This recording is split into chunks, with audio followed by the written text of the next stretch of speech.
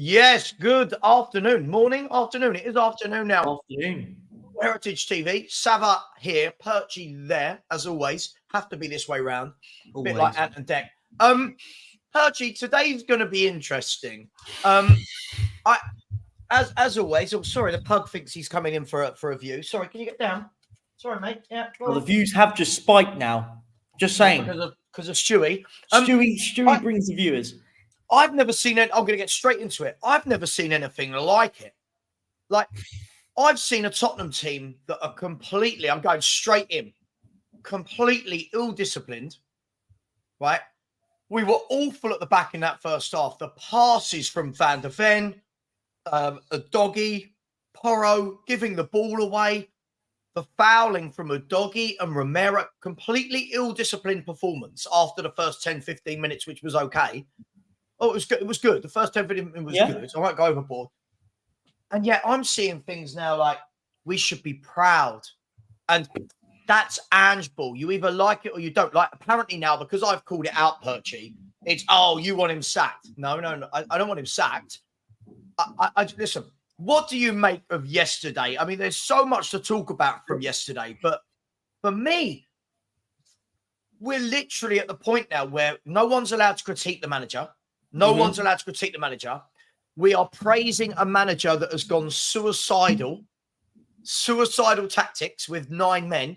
We're praising it. And then the caveat is we nearly got away with it.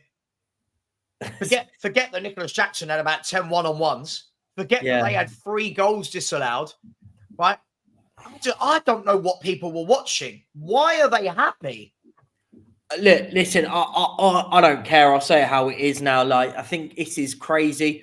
I've said it in several group chats and WhatsApp groups this morning, saying if this was any other manager, if this was Mikel Arteta done what Angepostecoglou done yesterday, every Spurs fan will be sitting there going, see, I told you he's a crap manager, hasn't got a clue what he's doing, tactically inept.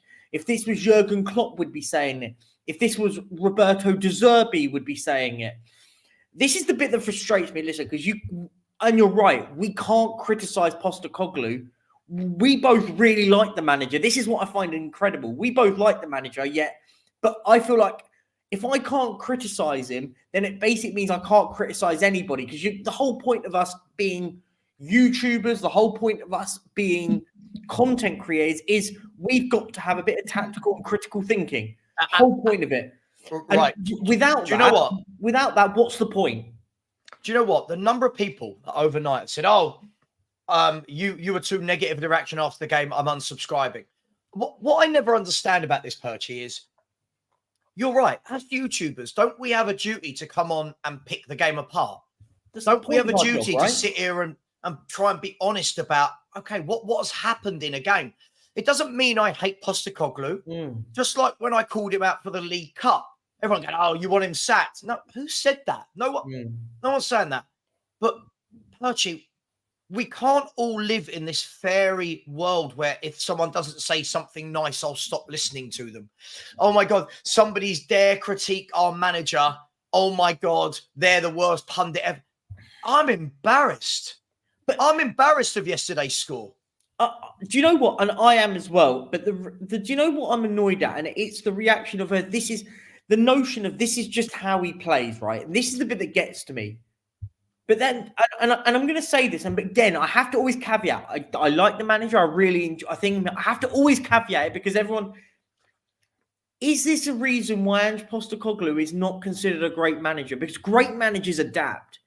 Jurgen Klopp doesn't defend and park the bus, yet he did exactly that against us, and within 12 seconds nearly got a point with 9 men for relatively, in context, relatively the same amount of time that Spurs had yesterday down to 10 men. And I'm going to say this now. Everyone sits there and wants to find the moral victory yesterday. There was no moral victory. We were ill-disciplined. We are the second worst team in the league on the disciplinary records. Second worst. I believe, I can't remember who it is that's number one. I want to say it's Wolves. Wolves are number one. We're second in that list. For me, that comes down on the captain and the manager. For the fact is, We said this on the watch along, Savva. I'll get your thoughts on this one. We're down to 9 men, and we've got Basuma, Royale, Sarr pushing Chelsea players. We're down to 9 men, guys. What are you doing? It's like we completely lost all sense of reality here. And the thing is everyone sits there and goes, oh, but that's how he plays. I don't want to see that from my manager when we're down to 9 men. Manage situations. I put it in the group chat earlier when top managers manage situations. When you get into the very, very rare situation when you're down to 9 men, you change what you do. The rule book goes out the window. You go, we're going to try and get something out of this game. And I tell you what, and then when everyone says, oh, well, we sat back, blah, blah, blah, let's all sit back and defend, we still would have lost. What, when Chelsea can't score goals? It doesn't make sense. Look, I think, look, let's break it down. Do I blame Postecoglou for losing? No. I don't. I don't blame Postecoglou for losing. Are you likely to lose a game with 9 men? Yes, likely. The probability says that you are likely to lose the game. What I can't get my head around is I don't think of another manager in world football. And people will go, oh, but that's what we've got him for. That's why we've got him. I saw shows last night, people going, this is what we wanted. Stick to your guns. That's not sticking to your guns. When you've got 11 men, stick to your guns. Yeah, of course. You've got 9 men. And the thing that frustrates me the most about this is Chelsea's only strength lately going forward is their pace. Right? Chelsea's strength hasn't been being able to finish their dinner, open teams up. It has been their pace. We already saw it with 11 men. They were starting to get in behind. Sterling had Porro on toast. Had Porro on toast, right? He could take him anytime we wanted him. So what we do is we double down on that and go, okay, Chelsea's strength. Okay, Chelsea's strength, pace. I'll tell you what we're going to do. We're going to play a high line. Now, Perchy, not just a high line, not a high line, the middle of our own half. We went to the halfway line. Teams don't even play on the halfway line with 11 men. It was so, crazy. And we've allowed every single through ball has gone to Sterling, to Mudryk, to Gallagher, to Cucurella. And our fans are holding on to, not all our fans, sorry, I get told off for doing that. Some of our fans are going, oh, look, listen, I'm going to show you a comment that sums up where we are. I'd rather see us die on the pitch with a sword in our hands than cower on the goal line. Now, Perchy, no one said we had to play all 11 men or all 9 men on the goal line. No one said you've got to play 9 men on the goal line. But surely you drop 10 to 15 yards and say, come on, break us down. I'm baffled. You're right. And this is the bit that I will say. And this is where I don't. What you were saying was right. Chelsea are devastating with pace. So you look at that and go, what do? We stop the gap between the defenders and the goalkeeper, and we make that as relatively short as possible. So when they do get in behind, we can react better. I'll put it out there. I thought Vicario yesterday was incredible. If it wasn't for Vicario, and if it wasn't for Chelsea missing so many chances, would we all be sat here today? If, let's say, the opposite happens there, Vicario doesn't become a Superman in goal, and Nicholas Jackson is Erling Haaland, and we lose 10-1. Are we all sitting back there going, well, I'm proud the way we played? That's the difference here. The scoreline flatters us. We flattered to deceive in that second half, because that second half, we could have lost 8 or 9-1 yesterday. Would we all be sat back here going, oh, no, do you know what? I'm proud of him. I'm going to standing ovation. We've lost 9-1.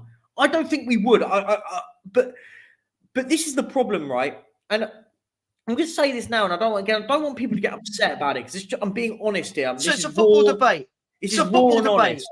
If people don't want to hear these harsh facts, Perchy, then they can go to a channel like Chris Cowling, where we all go, oh, brilliant, Spurs are great. Well done. We lost 4-1. We played well. No. The way I look at it, would we have all been sat back going, and if this was Chelsea, say it was role reversal and we won 4-1, Chelsea went down to 9 men and they played defending on the halfway line, would we all be sitting there going, at least Pochettino stuck to his guns? No, we wouldn't. We'd all be laughing at them going, what are you? You've just gifted us the win here. if Arsenal done it. We all sit back and talk about Mikel Arteta. We always talk about Mikel Arteta. He's not a great manager. He got gifted it. He hasn't got any experience. Mikel Arteta wouldn't have done that yesterday. And we don't want to say it because it's Arsenal. We hate Arsenal and we hate Chelsea. We hate Pochettino and all this lot. Harsh realities. Every football fan is laughing us right now for sitting there applauding that yesterday. Look, I'm just saying. No, look, I agree. Look, the problem we've got is here. I think, look, perspective, we were going to lose games. I'm not annoyed that we lost a game of football. Oh, yeah, it's not about the loss, no. I, like you, like every single person in this chat right now, big up to everyone in the chat as well. Listen, by the way, it's just football talk, people. All right, please relax. It's just football talk. It's just opinions, right? If we lose a game of football, we lose a game of football. I didn't expect Spurs to go unbeaten. I don't think Spurs are winning a league title. You know what I've said. I'm not bothered by that. What I'm bothered by is we've got this notion now that that's our manager. He's brave. He did what was great. We don't want to go back to Conte. Listen, going down to 9 men and making a team work hard for their win isn't going into Conte. It's what most managers in world football do. Now, someone said to me yesterday, Man City wouldn't.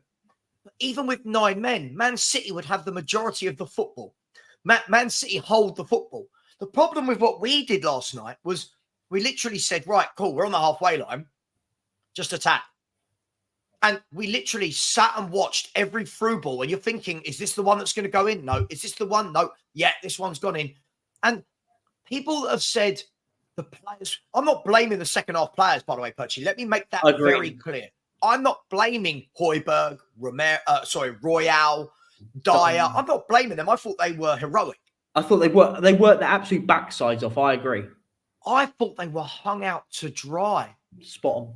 I thought they were hung out to dry by the manager who has said, right, Dyer and Højbjerg, who have no pace. We know that. I'm not judging them on their pace. They just don't have pace. Right. Just let them keep playing balls in behind you. If I'm Højbjerg or Dyer, I'm saying, we can't. What are we? What? Like, it was tactical suicide. It was tactical suicide. And you are spot on.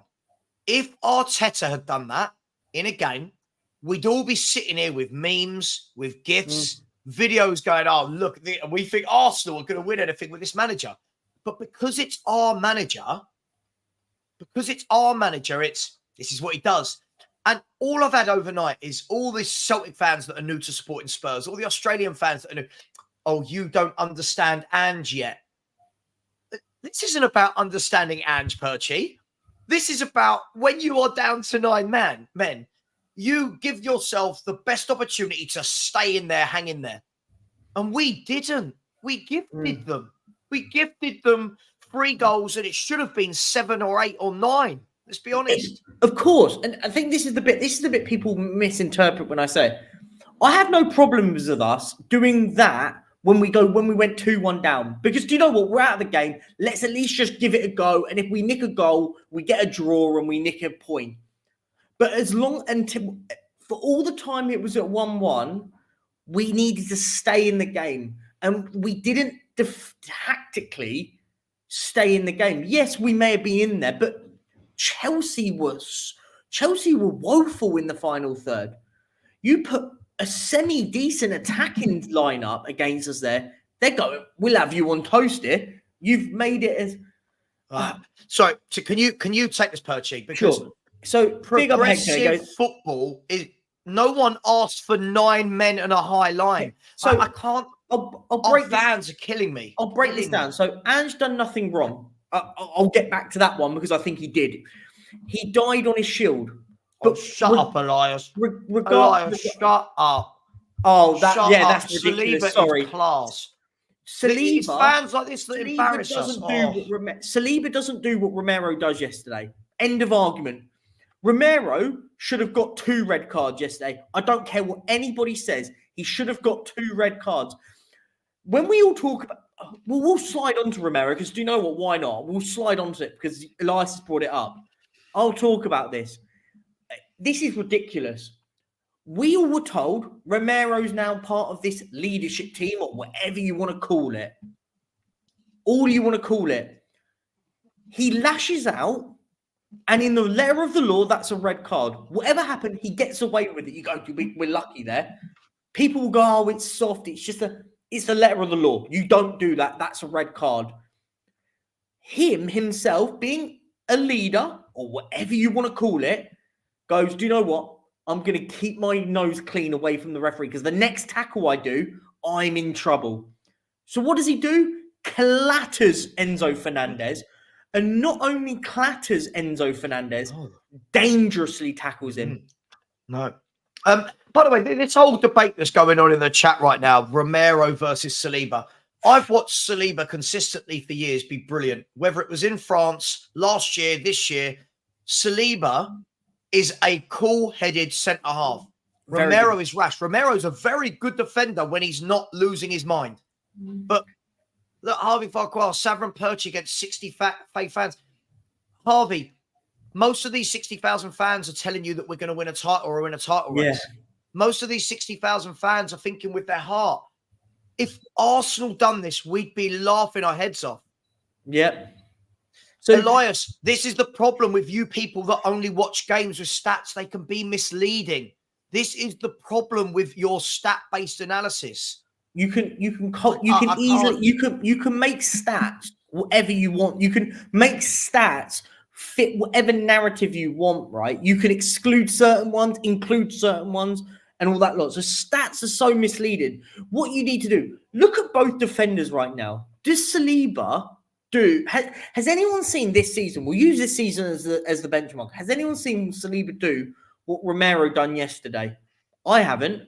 I watch enough Arsenal games. I watch a lot of Arsenal games. I watch a lot of football. I haven't seen Saliba do what Romero did yesterday.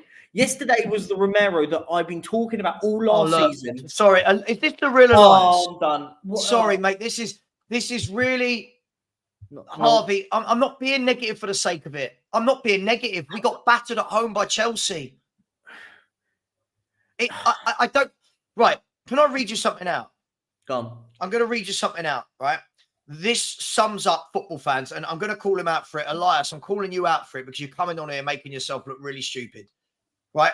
I hate the fact now that no one's allowed to talk facts without sounding negative. Right. This sums up Elias and football fans, a lot of football fans in 2023.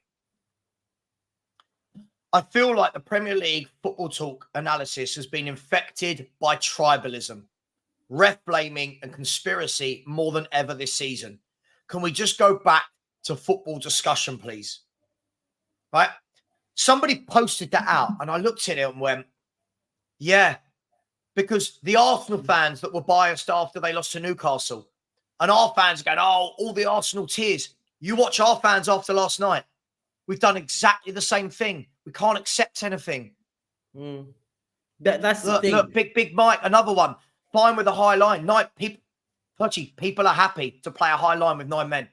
Then they're going to tell us they want to win things. It is mind-blowing. I'm going to ask every single one of you that in there and said, I'm happy the way we play. Let's put it into context. We're not going to have Van der Ven or Romero versus Manchester City. This is with 11 men. Hear me out. Man City with no Romero, no Van der Ven, potentially no James Maddison. Now, hear me out. We're going to have Eric Dyer and Ashley Phillips most likely as our centre halves. If Manchester City do what Chelsea couldn't do yesterday, and that is take 9 out of 10 of their chances yesterday, and we lose 9 or 10-1 or 10-0 or whatever it is against Man City, are we all going to sit back and go, well, at least we stuck to our guns against Chelsea? Yeah, Elias, please. Yeah, please go out because all you're doing is copying everything Will Stewart is saying. All you're doing, you're copying everything Will Stewart is saying. You haven't got your own opinion here, Elias. It's embarrassing. Look,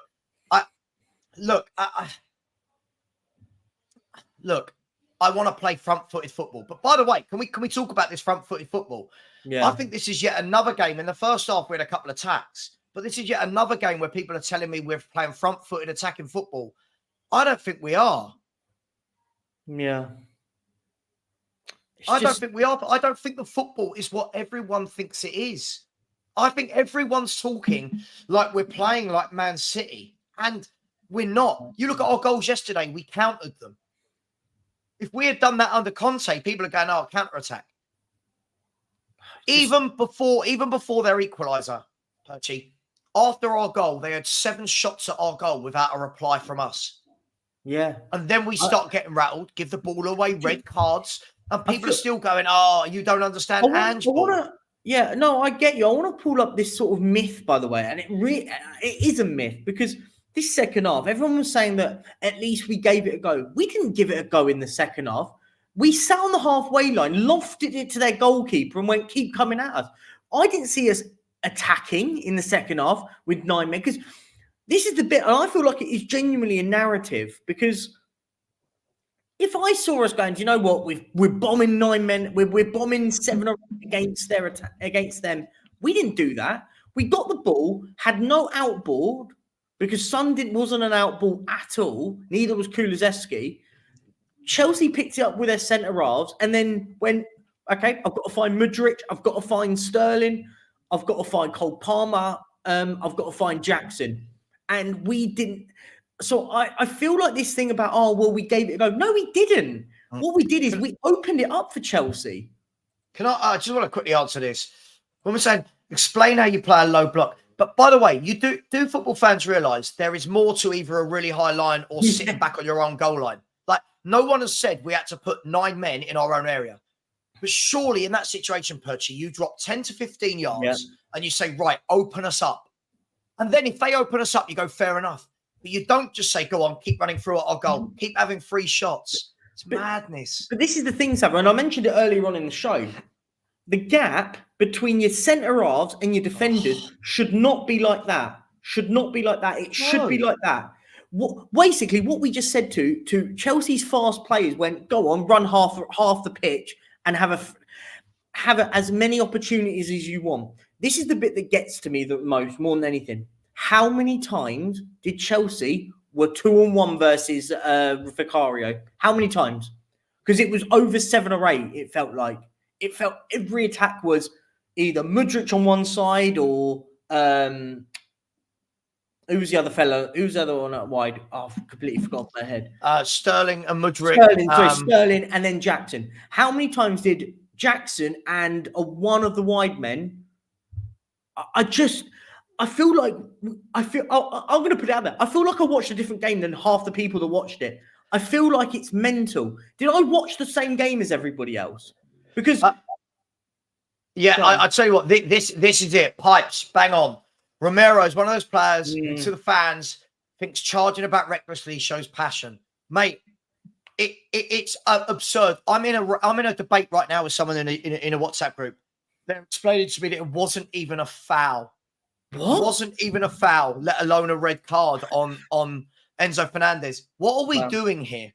Like, Pipes, I said this last season about Romero, and I've been berated about this all this season because so far he hadn't done what he done last night. And my line has always been the same, Perchy, about him. Yeah? A talented defender with no brain. Right? He is rash and hot-headed. And all these people in the chat going, he's much better than Saliba. On what? I never, ever see Saliba do this. I never see Saliba make these mistakes and these rash decisions. I don't see it. Out of the 2 centre halves at Arsenal, the one that makes the mistakes is Gabriel. He's the one that makes those mistakes. You don't ever see Saliba make them, and it's. I just find it absolutely mental. Like, I just think, what are we doing here? Savva, I'm going to say it to you now. What are we doing here? Because shall we just sit here and go, well done, guys. We got Pam 4-1. We basically said in the second half to Chelsea went, have as many goals as you like. We're not going to change. And it frustrates me because So we can't now be critical of what happened yesterday. Why? But We will. Swanex, It doesn't make Swanex. sense. By the way, I will come to good comments and bad comments. Swanex. Who's making out? I think yes, he's played well, but the thing is, he did something similar against Arsenal. If you remember, in the Arsenal game, in the first 20 minutes, he came running out, clattered someone, got a yellow, and you're like, what are you doing? This is in his makeup. This is in his makeup. In big pressured moments, this guy can't keep his act together. And yet our fans think that's good. This isn't good. That's not a good trait. But do you know what's actually even worse than what you said last night? Do you know why it's worse? He should have been sent off for dissent when he kicked out of that player. And for me, the second that happens, you go, do you know what? I'm not gonna put anything like that into it. And he goes and puts a tackle like that. I'm hearing the referee was awful yesterday. I didn't think he got one decision wrong yesterday. I don't get where people get this. It's crazy. I'm sorry, guys. It's mental. Yeah, I mean, look, big up, couple of super chats here from Anna Dawes. Big up, Anna has said, where was Son on matters telling them to calm down and play our game? We made rash decisions. If not for Vicario, there was zero positives. Spot on. Anna, the worrying thing for me is last week I had someone come in my chat and go, Son, an amazing captain. Savva, you were wrong, even though I didn't actually say he'd be a bad captain, right? Yesterday are the games where you look at your leaders, Romero, Maddison, and Son, and you go, right, who is there in the first half going, oi, calm down, stop. What are you doing? Nowhere to be seen. I saw Son arguing with the ref a lot, but where was him grabbing our players and going, oi, pack it in, pulling Romero to the side and going, oi, Christian, calm down. You know, we're 1-0 up. You're going to get us down to 10 men. That's what captains do. That's what leaders do. Yeah. I'm not knocking Son, but this is why my point to this is, Perchy, is, again, after 10 games, everyone has decided he's the best club captain the team's ever had. Yeah. Anna's gone on to say Romero's kick out equals red card lucky. The two-footed challenge equals red card. He has shown his recklessness list since his third game with us. He has petulant liability. Anna, thank you so much for your super chats. Thank you. You are... not just because you put money in, you are bang on. This is in his makeup. But do you know what's so frustrating? And we'll sort of divert onto the sort of Son and captain thing. It wasn't just Romero; it was a doggy as well. Because a doggy, I thought he gets. I don't think it's a red card, his first one, but I think if he catches the player, that's a straight red card. He gets away with it because he gets lucky by not catching, I can't remember the player in the end, but someone goes over to him. Son needs to go over to him. He's a 20-year-old kid going, no. Nothing, no more of that. You've got another 70 or so minutes to play. None of those tackles again. You stay on your feet now because we can't have you down at that point down to 10 men. And then second of all, he stays on the pitch. There was no other reason. We had to keep him on at that point. We then, no one's going over to calm down. He goes and puts in a clattering challenge, which is a second yellow card, and then you're down to 9. It's crazy. Look, I'll be honest. I'm gonna call him out. I thought that he'd already made a bad decision in taking Brennan Johnson off. I think when you go down to 10 men, surely you keep your pacey, you keep your quickest player on the pitch for counter-attacking. He took him off, left Kulu. He's in love with Kulu. He took him off, left Kulu on. Yeah, I didn't understand that change. It didn't make sense. I would have been leaving Brennan Johnson on, saying, right, guys, hit Brennan Johnson and Son early. Back to the days where we countered with Kane and Son. But we didn't. He took off. I think he makes some very strange decisions. That's okay. Every manager does. But I'm never going to be told I'm not allowed to make those opinions, right? Okay. I'm going to get blocked for this. You won't get blocked for this, Aaron. You've never been blocked. But I feel you big up every other team in the league way more than you do your own team. That's because all the other teams in the league have won multiple trophies in the last 15 years. Yeah. That's why fans think you're a double agent. Aaron, you know what no other channel is like? No other channel is as honest. Yeah, Aaron. Honesty is the key word here. Honesty. Right?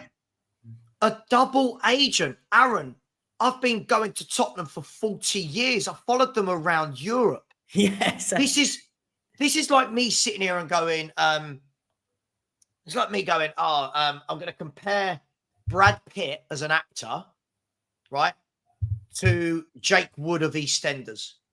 Oh, you're just biased. No, one is better than the other, right? Yeah. There are a level to things. I'm not bigging up every other team. Who have I bigged up?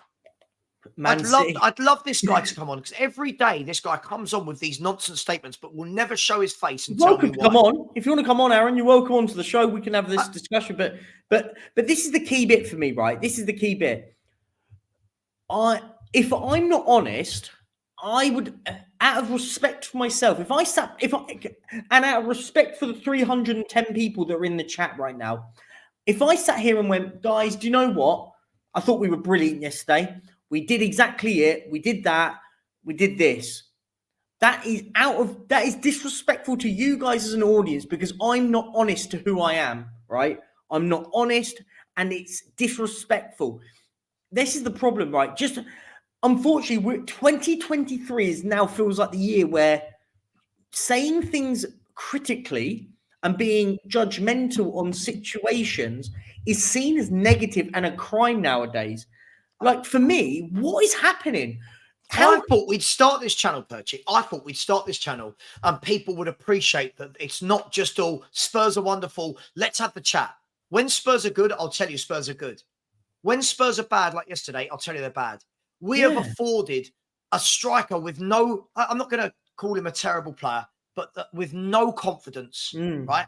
No confidence, no form. We have allowed this man to go through one-on-one with our goalkeeper about 8 times in the second half. Yeah. And you've got people like this guy. This is baffling, right?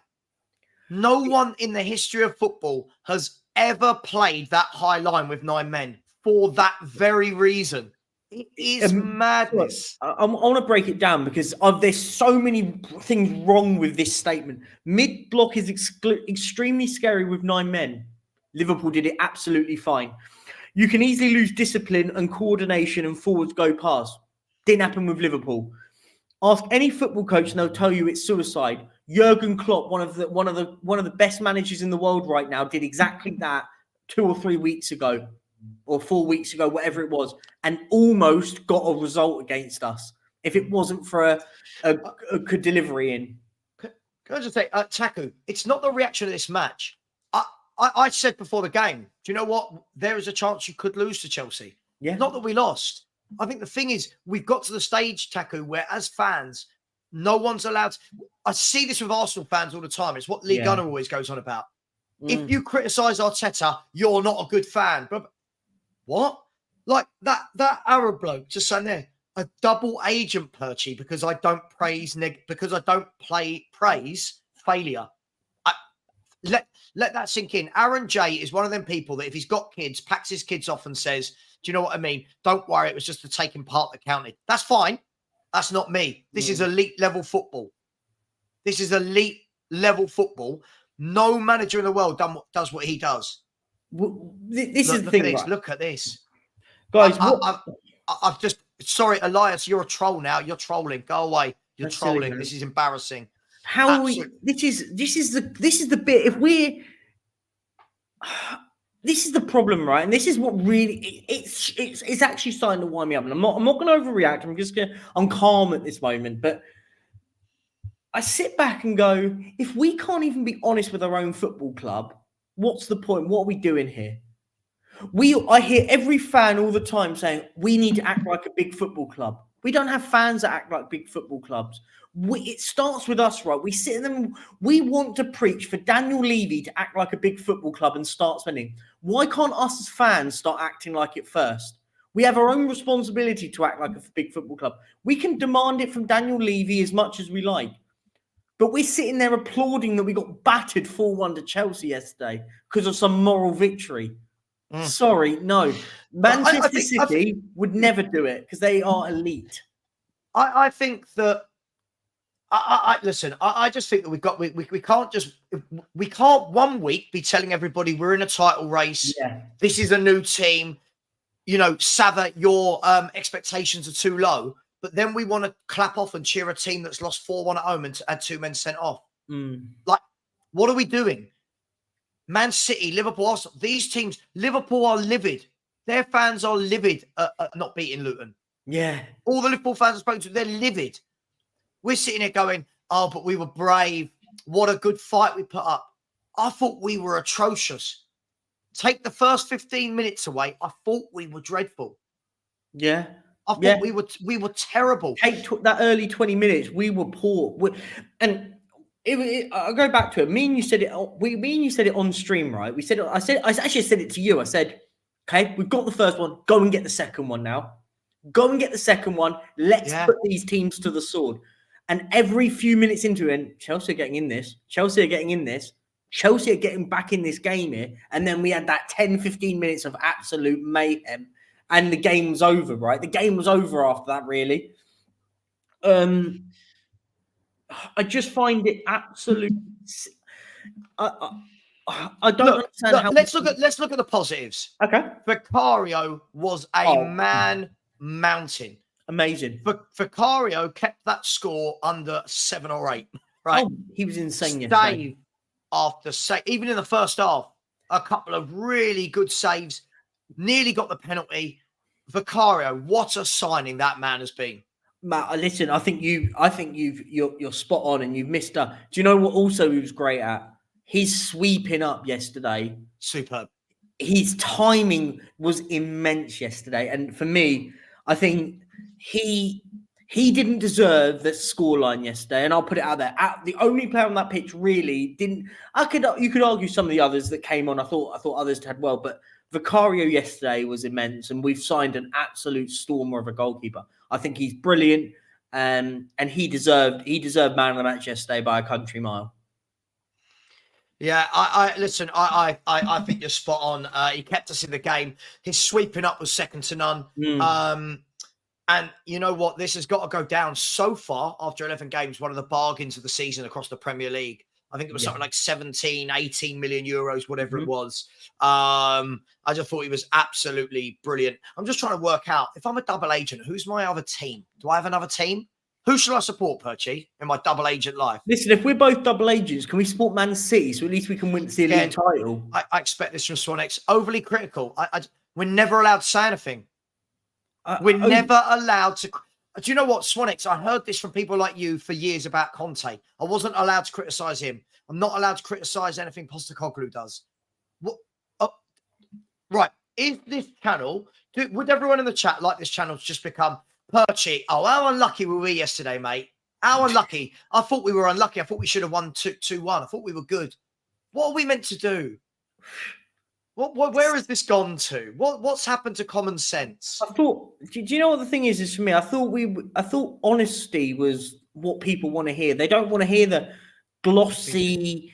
Oh well, we better luck next time kind of chat. Like me and you have always been like, listen, people think we're not like this we're like this all the time, on camera, off camera. We have these debates all the time. In group chats, in chat, even if me and Savva are just chatting, we have these debates all the time about stuff. We're not going to change the way we are because people want us to, I don't get it. Listen, this is it, right? We are raw, we try and keep it. There's a reason we brought out things like Spurs Unleashed when we bring that out on a Thursday. Raw, proper debate and football talk. It's not about, oh, well, I thought we were okay. No, we lost 4-1 to a Chelsea team that struggled to score goals. We have to be honest to say we got it wrong. People need to remember, there is nothing wrong with any football fan of Tottenham Hotspur going, I thought the manager got it wrong, without everyone's immediate opinion going, oh, you want him sacked. That's what happens nowadays. It's, oh, well, you've criticised Postecoglou, you must want him sacked. No one said that, right? Look, listen, I love Ange Postecoglou. I love what he's trying to do. I think I've been one of the more pragmatic fans in terms of saying I think it needs a lot more time. Yeah. I think a lot of fans have got way too carried away with how we've played. I think everyone's took, like yesterday when I was on the football terrace, bless him, little Dan was sitting there like he seemed shocked when I said that I didn't think we played well in every game. Wow, we've been brilliant. Have we? We had one shot against Crystal Palace, right? It's the same fans that every game say we're going to score 4 or 5. Yeah. And Perchy, we've only scored above 2 goals once all season. Yeah. Why? Because we're a team in progress. We're a team that's learning and growing and building.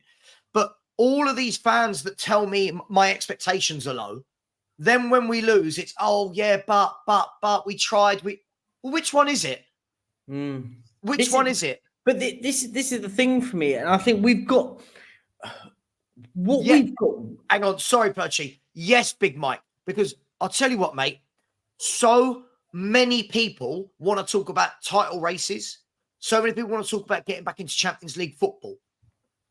If Spurs missed out on Champions League football by a couple of goals, these are the games you look back at and go, yes, a battering does make a huge difference in a scoreline, right?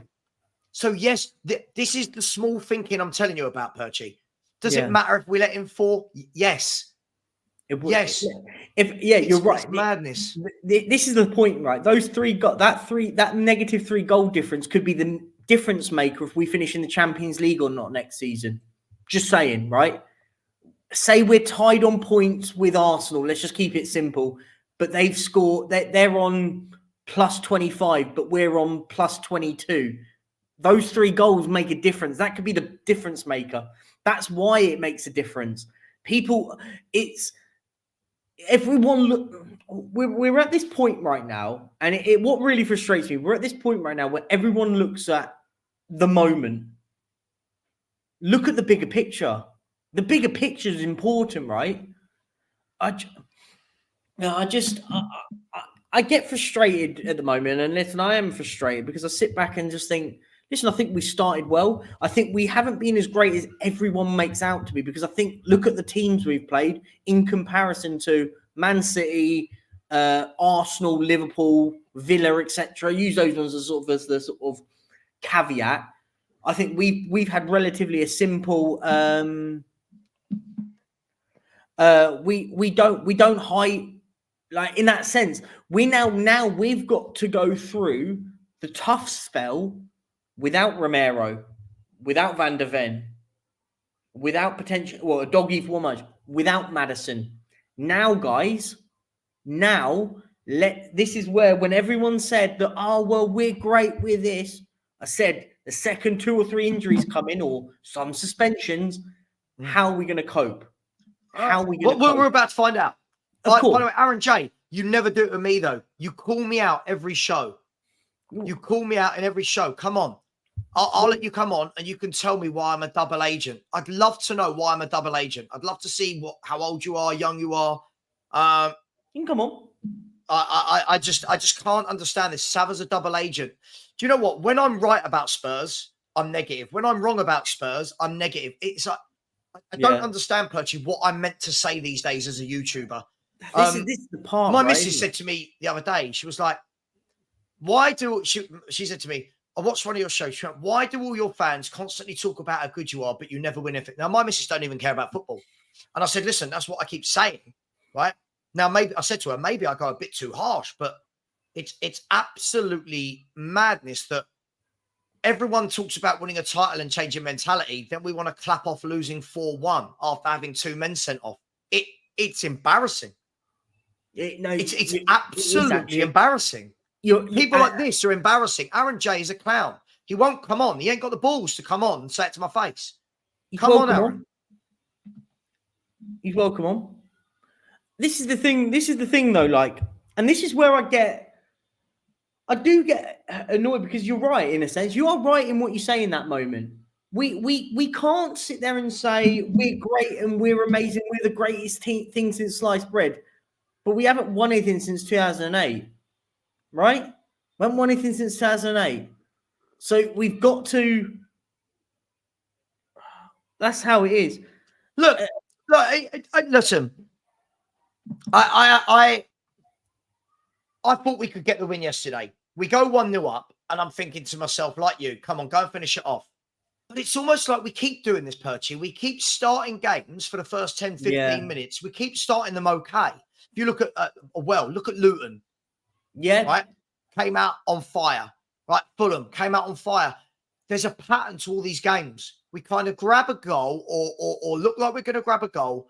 Then after 15, 20 minutes, it's as though the other teams realised that's all they've got. The other team starts to come into the game. Mm. But then what our fans do is go, oh, we were brilliant. We weren't brilliant. Chelsea yesterday started to dominate that midfield battle. After about 15, 20 minutes, they started to dominate the midfield and they countered us. And the problem is, even forget the high line in the second half, when you play a high line like Spurs do, and teams press you, Gallagher pressed us brilliantly. Sterling, Jackson, Palmer, they pressed us brilliantly in that first half. They caused problems. They caused us problems. They had chance after chance in that first half. I think we sat there and everyone in the chat going, a goal's coming. A goal is coming. And you've got other fans who watch it going, oh, they didn't deserve that goal. What? They had 3 goals disallowed. Vicario made 2 wonderful saves. But Elias, by the way, get out. Don't WhatsApp me and then come back into my show and start talking about racism. I haven't seen any racism. If I did, it would have been stamped out. Yeah. Stop playing the racism card. It's boring and it undermines racism. Yeah? Yeah. Stop. Right? Look, I'm going to call it as it is. We said before yesterday, right? Not just me and you. I mean, lots of fans have said, you got Chelsea, Wolves away, Villa at home, Man City away, and then I think it's Newcastle. I think so. I might have that one wrong. I want to say Villa, but yeah. But anyway, yeah. Yeah, no, I did Villa. Wolves, Villa, Man City. I'll tell you what. Should we? Let's have get it up. Spurs. Let's have a look at Spurs' fixture, shall we? And we said this is going to be the test, right? Spurs fixtures. 1 second, people. So this is going to be the test for Tottenham Hotspur, right? Where are we? Here we go. Spurs fixtures. Okay, I'll share the screen. Let's do it. And we said this is going to be the test, right? This isn't new. This isn't. This isn't after last night hindsight. We said this is going to be the test. So we can see here. Everyone can see that. Yep. Right. So you've got Wolves. We started with Chelsea at home, Wolves away, Villa at home, City away, West Ham at home, and then Newcastle United. I think we said, right, after we've played those 6 games where you have played Wolves away, not easy. Chelsea, never easy. It doesn't matter how bad they are. They didn't lose to Liverpool or Chelsea. Not easy. Newcastle, not easy. Man City away, not easy. Villa, not easy. We said, these are the games which are going to show us probably closer to what are we? Yep. What's our squad like? What's our depth like? What's it like when we lose one of these games? Can we bounce back? Nothing's changed in that respect. That is where we are, Perchy. We've lost the game. It's not the end of the world. I'm not annoyed that we lost the game. How do we bounce back from this now with no, let's talk about the obvious. Big up everyone in the chat, by the way. Sorry, let's quickly get to this. The Big D, looking very dapper in his suit there, has said, hey lads, a good 15 minutes, but as soon as Son's goal was disallowed, our heads went. It was embarrassing. Do you think the players struggle under pressure? Yes. Yes, I do. I really, really do, the Big D. Adogi, yellow cards for fun. Romero, rash. I thought Porro was giving the ball away for fun. Star, for me, had another poor 45 minutes. Big up to the super chat. Thank you very much, bro. You are spot on. Perchy, we're going into the game at the weekend with these players are definitely out. Davis,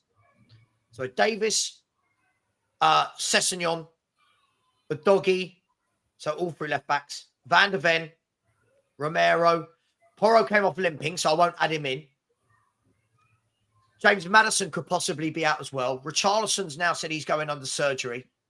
Perisic is already out injured. Bentancur's just come back to fitness. Solomon's injured. And Basuma is 1 yellow card away from another suspension.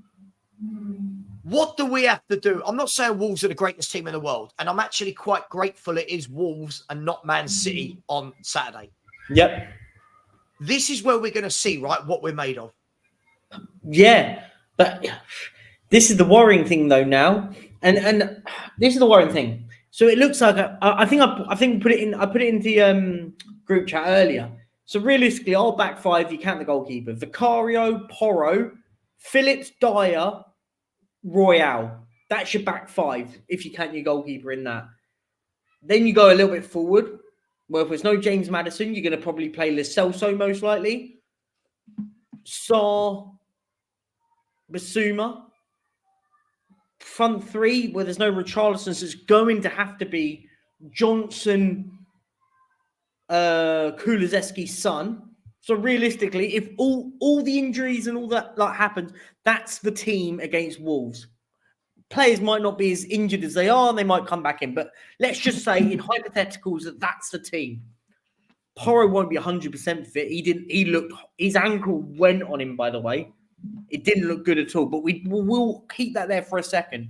Now, that's all well and good, that being our team, and that's what we've got to deal with. The bench is going to look even weaker than it was. It looked weak yesterday. Now it's going to have what? Bentancur, great. Forster, Gill. Surely Dorrington and Phillips have got to. One of them's got to play, and one of them's got to be on the bench, right? Phillips, if it is Phillips, for me, it's got to be Phillips that starts, and you have to bring in Alfie Dorrington onto the bench. You're going to have to. We're at that situation where we need 3 youngsters on the bench. I think I put it out in. Let me put it up on it. Like, I just find it absolutely silly. Now we're in trouble. Yeah, Valise will probably come in, but you're going to have 3. If you count Valise in as one of the kids, 4 of them are going to have to be on the bench.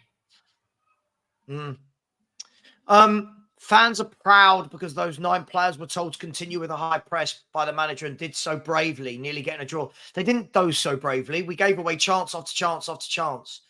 I mean, it's absolutely mental. Elias, can I please stop WhatsApping me? Please stop. I've seen the message. It was about drugs. Somebody said to you, Elias, somebody said, you've been smoking those Malaysian drugs and you think that's racist. I come from the real world where that's not racism. That's like someone saying to me, oh, Savva, you're smoking that English ganja. I mean, I just laugh that stuff off and you think it's racist. No. I can't deal with it right now. Can't have that. Look, Perchy, you're completely right. We could be in a position where, look, Emerson Royale, Dyer, Porro, and Phillips. It's got to be Phillips, right? That's your back 4. It has to be, right? Yeah. We've got all 3 left backs are injured, or all 3 left backs are injured or suspended. But do you know what's terrifying? And this is the one thing I will say, and I mentioned it earlier. We're so ill-disciplined. That we give away yellow card after yellow card after yellow card, right? Yeah, no, listen, I agree, mate. By the way, but no one's said it's as bad as being made out. Listen, Swanix, again, I'll tell you what, right now, for the 342 people that where did I get that from? For the 323 people, I'm just making numbers up that are in here. I'll put this out there right now. I'll clip it again. I don't think it's as bad as anything. I think Spurs are a team in massive transition. Like I said at the summer, I think that we've done well this season. We've done very well, right? When people say we've overachieved, I don't think nothing's been achieved. You can't achieve anything after 11 games of football. I think we are a team that need a season to bed down. Yeah. But because of that, don't call me negative, people, because I don't think we're in a title race. Swanets, the difference is, look how many people come in here and talk about dreaming of a title, right? Then when I say we won't, I'm called negative.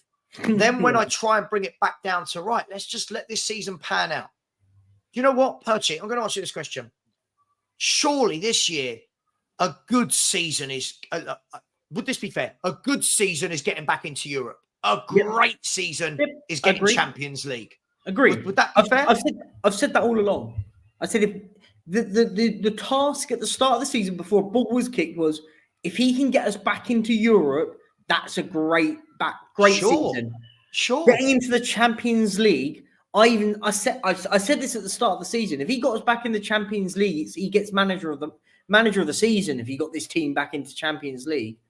Like, I think getting this team back into the Champions League would be incredible. This was before a ball was kicked. You can go back on the FH Clips channel, go and check it out because it's all still on there. But for me, when I don't get where the notion was we're going to win a league. I don't think we're anywhere near that. Yesterday proved it. Yesterday proved it to everyone that was like, oh, we're going to win a league. Yesterday proved that we're nowhere near that because a little bit of pressure from Chelsea and we folded. Yeah, I mean, listen. This is what I said. I spoke to my brother-in-law, who's a Chelsea season ticket holder, and I said to him at the beginning of the season, I said, "Mate, if we get Champions League, what a phenomenal year!" And he said to me, "If you get Champions League again from where you are right now as a club, what a phenomenal season your manager's had." And I said, "Yes." And when I saw him last week, I said, "Can you believe this? That my fan base are having a go at me because I don't think we're in a title challenge and won't win a league." And he said, "What, from where you were in the summer?" I said, "Yeah." I said, that's the Spurs fan base for you. Yeah. We're winning a league one week, the next week, but don't forget Ange has just joined. Make it make sense. Yeah. Ange has just joined. Does Romero return for the game versus Newcastle? No. My understanding, and everyone in the chat might have different, it's 3-game ban, right? Yeah, straight red card's a 3-game ban. Straight red card. So Romero will miss Wolverhampton away, Villa at home, and Man City away. Yeah. So let this sink in. I wonder if anybody... Where's my Kate? Is my Kate in it? There she is. You know when I said Spurs are going to get battered at Man City? Do you think that I'm going to be a little bit closer to that prediction now that there's going to be no Van de Ven or Romero in that back line? Our back line of Porro, Udogie, Dyer and Phillips in that game? Yeah. Against Haaland, Foden, Grealish, Alvarez, Doku, Silva. And this is why I've said all along. It's not about, oh, check me out, I'm right. It's about common sense.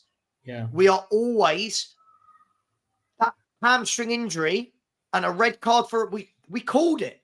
We actually said we are one injury away or a suspension away from Romero and Van de Ven from it being a crisis. I've been saying it from the beginning, and this is what I don't get. And you're right. This is not about me saying I'm right, you're wrong, cunning. It's nothing to do with that. But this is why when everyone kept saying, "Oh, we're doing this, we're going to win everything," and I just went, "Hang on a minute. If those two defenders are out, we are in trouble. Now, let's see how we get on." Because this is it. The next 3 games, we're definitely going to be without those two. The next 3. I'll be honest.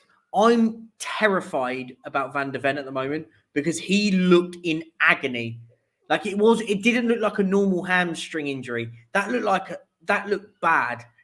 And that was just only on his reaction, by the way, which terrifies me. I think he could be out for a long time, which is terrifying because I think he's been our best defender. Yeah. I do worry because last week we had a conversation about something that I've always, you know, Graham, who was kind of my mentor in football. He got me my job at Charlton Athletic, put me through my coaching badges. Graham's always lived by something that he said to me. 2 things that have always stuck with me with what he said to me is it's all about big guns. He's always said that to me. It's all about big guns. And normally the team with the most big guns win all the titles and the trophies. Normally. Big guns, not little pistols, big guns, right? Second thing he's always said to me, football changes on 3 games. And I've been saying it a lot lately. Football can change on 3 games. 3 games is the difference between being 9 points better off or worse in the league. And there's 1. Now we've got to make sure by hook or crook that we don't let Wolves become 2, right? We've got to make sure we don't let Wolves become 2 because suddenly if you lose against Wolves, now you've got Villa in a game where people go, they're not very good at away. Sure. But now you've got Villa in a game that aren't good away against Spurs that have lost confidence and lost 2 games in a row. And all of a sudden, the season's changing. All of a sudden. And this is why I just try and remain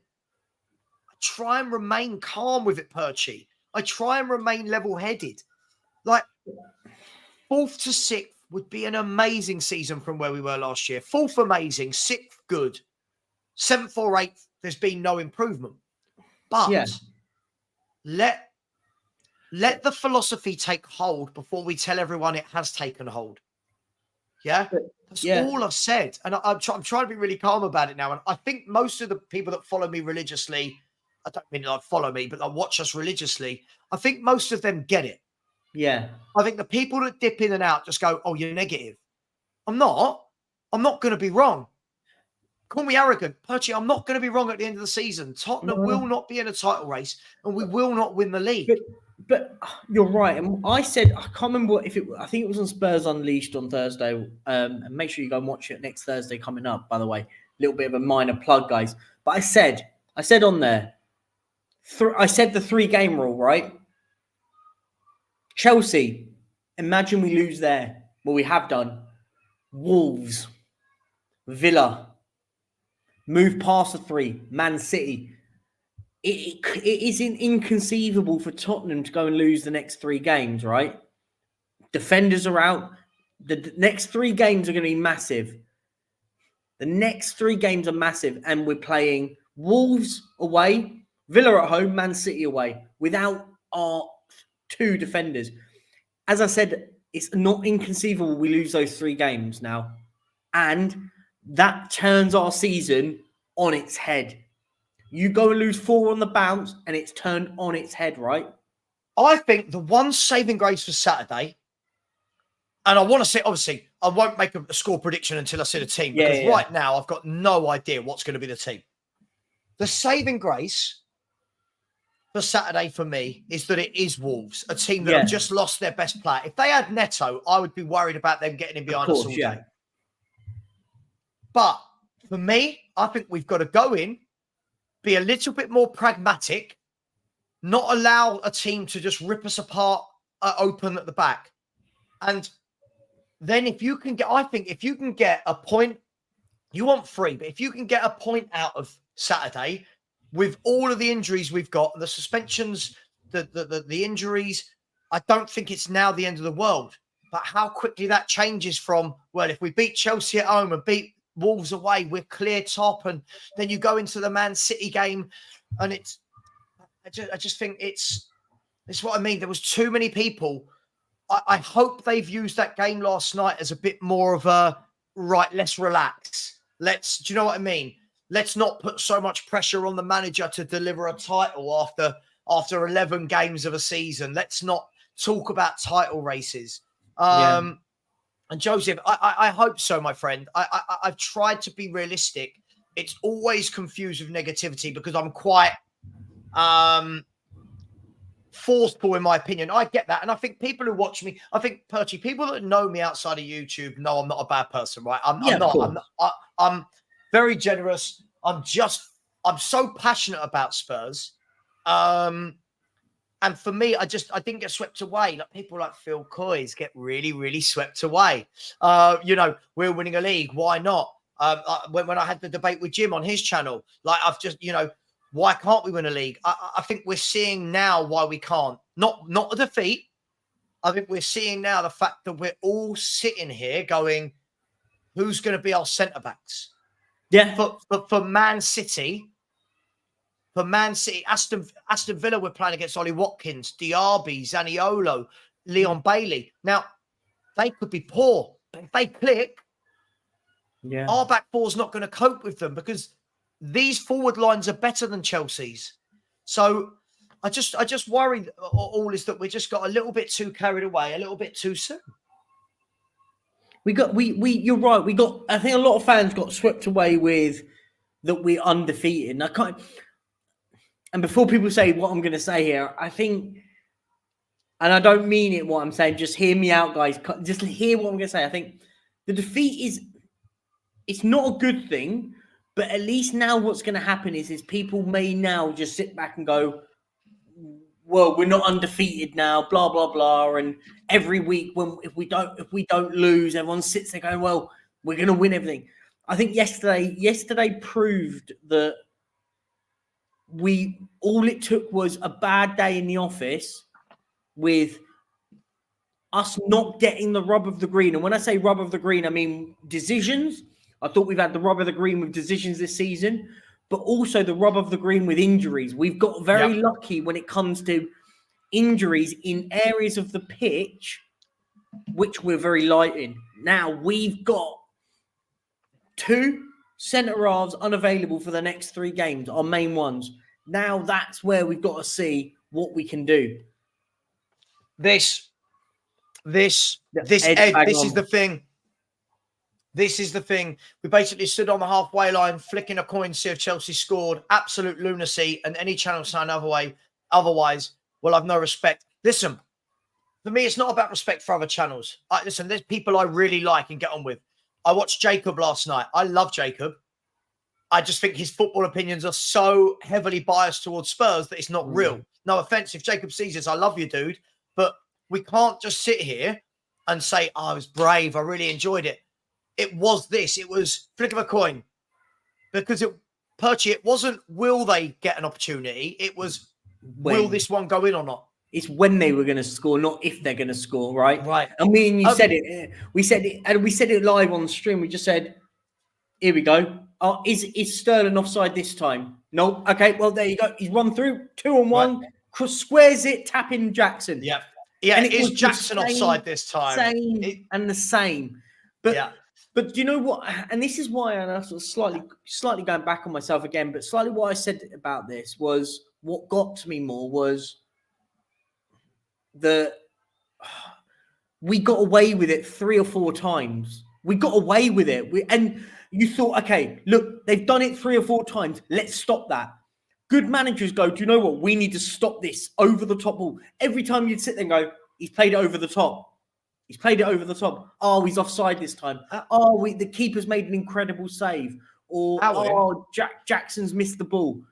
You thought, okay, change it now. We've got away with it. Still 1-1. Move everyone 15, 20 yards back a bit. Stop that pacing behind. But I mean, Alwyn, no, I've not sat there and said what it is. What I'm doing is I'm trying to explain my position, Alwyn, because people come in and call me negative. Yeah, but for when I'm actually normally not far off the money with my predictions. Most sensible people didn't say we're winning the league. But Alwyn, the people that come into the chat and tell me I'm negative for saying we can't win it, I just think last night was a wonderful casing point as to why we won't win it. I can't think of anyone else that loses a centre-half pairing like that and is as bad at the back as we will be. Just quickly, Posty Pat said, Savva, off topic, but how come you didn't continue coaching or you're still doing it? So I did it a lot when I was younger. So when I actually did my work experience. I don't know if they still do that, but when I was at school at the age of 15, we went and did work experience, and people go and work with their parents or the local newspaper or whatever. And I actually wrote off to Charlton and went there and went and did 2 weeks working with them coaching. And then they said that I was quite good at it. And would I like to do my coaching badges? I said, yes. Then started working in their development centres and the academy and all that kind of stuff, coaching. And I really, really enjoyed it. At that stage, I then went off for a couple of years and DJ'd and stuff. So I kind of came out of it. And when I got back, I needed to get a proper job and the money wasn't great in it. But listen, I really enjoyed my time. I still know people there, still people that I speak to who worked there that now work across other league and Premier League clubs. But yeah, it was good times. I really enjoyed it. And you see a lot of what goes on behind the scenes of a football team that sometimes when fans just come in and go, this happens and that happens. And you're like, that's not how they run it at all. That's not what the situation is. But listen, it is what it is. Look, we can put it down to a bad day at the office. But it is important that Saturday we bounce back with a win. I'll leave you this purchase. My front door's going. It never stops going. Will we beat Wolves? Will we beat Wolves? I think we've made it harder for ourselves. I think we do just maybe 1-0, 2-1 or something like that. I think we have to respond. I think this is going to be a good test to see how we respond. We have to respond and we have to get a result. But listen, I'll say this now. It wouldn't shock me if we lost because we've got Eric Dyer and a young kid in Ashley Phillips that's going to play centre-half. Emerson Royale is going to have to play at left back. Pedro Porro limping most of that second half because we couldn't bring him off. Yeah, it worries me. I'll say it now. It does worry me. It concerns me. And if we do lose to Wolves, I think we'll get a result. I'm saying we'll sneak a 1 or a 2-1 win, 1-0 or a 2-1 win or something like that. But if we do lose, I'm worried. I'll say that now. I'll put it out there now. I'm worried because then you've got Aston Villa, who are a very, very good team, and you've got a Manchester City side that will steamroll that back to the back line. Yeah, absolutely. Sorry about that. Honestly, I swear that my doorbell didn't work until I started being a YouTuber. And then the moment I start YouTube, it just goes off like constantly. Someone at the door, a delivery, or this or that. Anyway, I'll tell you what's interesting as well is this is a really good point. I think Uncle Disraeli makes a great point and said, I thought a lack of depth would hurt us, but it's happened about a month earlier than I expected. Now, it makes a good point because we've got 23 days until December, and December is where we play the 7 games in a row, Perchy. Now, if I'm not wrong, the first of those December games, people, please, the first of those December games is Man City. So the first of those is going to start without Christian Romero and Van der Ven. Yeah. But then you've got back-to-back home games against West Ham and Newcastle before away at Forest, home to Everton, away at Brighton, home to Bournemouth. So there's some winnable games in there. But that's what makes, for me, the next 2 so important with Wolves and Villa, because Man City, I'm sorry, I can't see any, I'll be honest, I can't see any hope of going there. I don't think we'll touch the football. Not having that back line to get us out of trouble is going to be a huge issue. Massive issue. But the next 2 games, I think you've got to still be up in and around the top 4 and sort of top 3 or whatever. I think you're going to need to get 3 points from the next 2 games. Can you? Yeah. How many will we get? People put in the chat, Wolves away. Yeah, cool. I've just seen your message. Wolves away and Villa at home. No Van der Ven, no Romero, and no Udogie for one of them. What do we think? How many points? People in the chat. Do you know what? If you gave me 3, sorry, you're not even part of the fan base. You have no name and no picture, so you're not even part of this fan base. If you gave me 3 points now, I'll take your hand off. Yeah. Honestly, if you gave me 3 points, a win and a loss, I'd probably take that right now. I think it would be about. Sorry, can we stop this? I've not said that at all. Gooner Country, can we stop this? I've not said that at all. Okay. If you actually listen to what I said, I did my work experience at Charlton and then got a full-time job with Charlton Athletic. Yeah. I don't think I'm a supreme coach and my knowledge is great. I just think that because of that, I've seen a lot, which makes me not so easily fooled into thinking that everything is brilliant. Like you see a lot which goes on. You speak to other coaches and you find out a lot about how managers work and how youth teams work and academies are set up. I don't understand why people need to be so nasty. It's fine. Just I don't know why. Listen, I'll give you one more chance, but just relax. Yeah. So just to sort of go back on what I'm saying though, I think if someone gave you 3 points tomorrow now and said you get 1 win and 1 loss out of those 2 games, I think you probably snapped your hand off, right? Yeah. Sorry.